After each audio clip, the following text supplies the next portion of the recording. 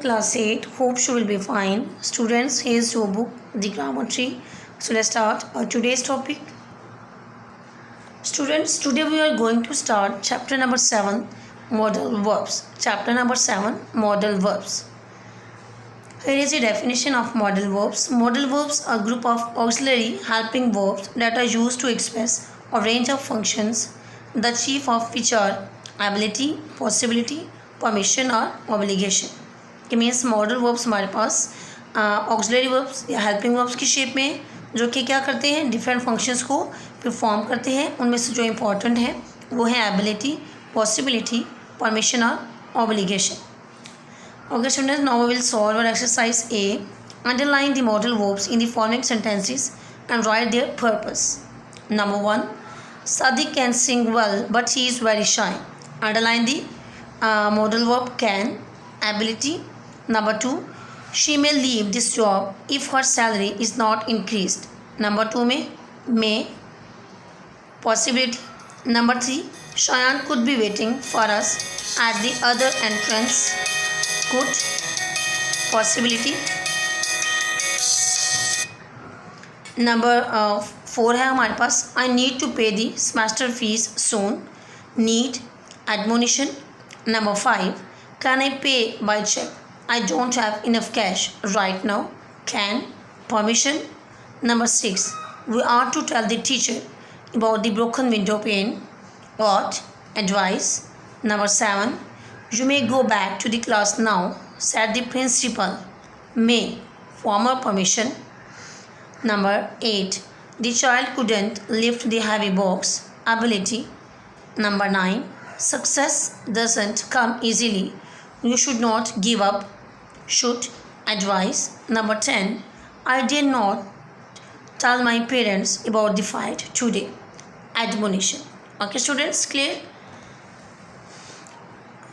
Next है जी, two important classes of modal verbs are means हमें यहाँ पे दो इम्पोर्टेंट मॉडल वर्ब्स की क्लासेस के बारे में बताया जा रहा है.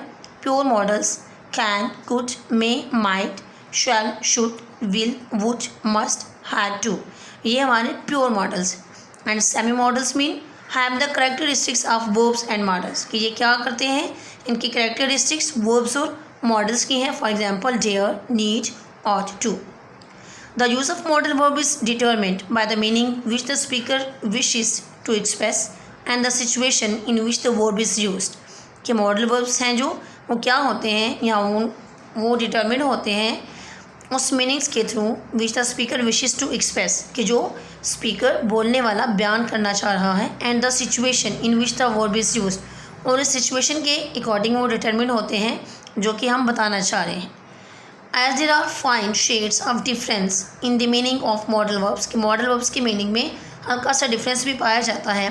Many times different verbs may be use in the same situation.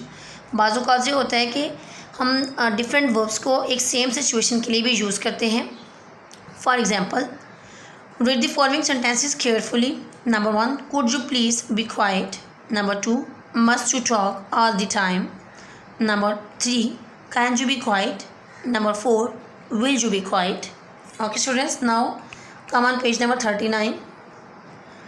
Sentence number 1 shows a polite and formal way of asking someone to be quiet. Sentence number 2 shows that the speaker is annoyed.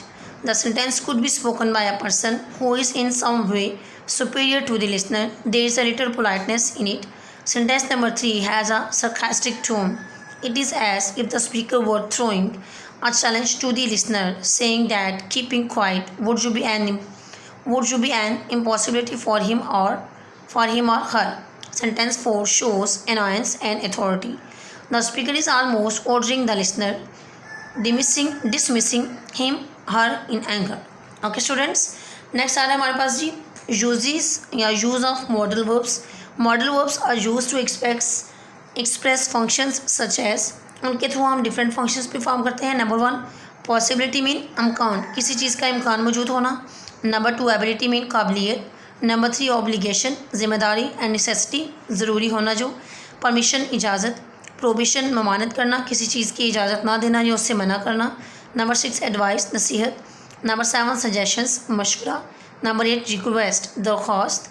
And number 9 resolve, किसी चीज़ को sort out करना या उसको हल करना या solve करना।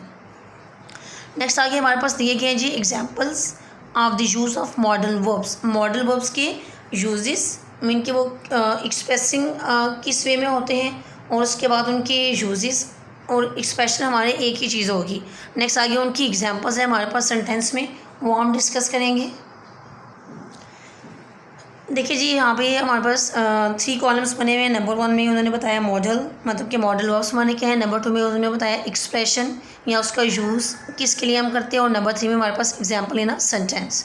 Number 1 modal है जी हमारे पास कैन, ये यूज़ होगा possibility, ability, permission, request and suggestion के लिए।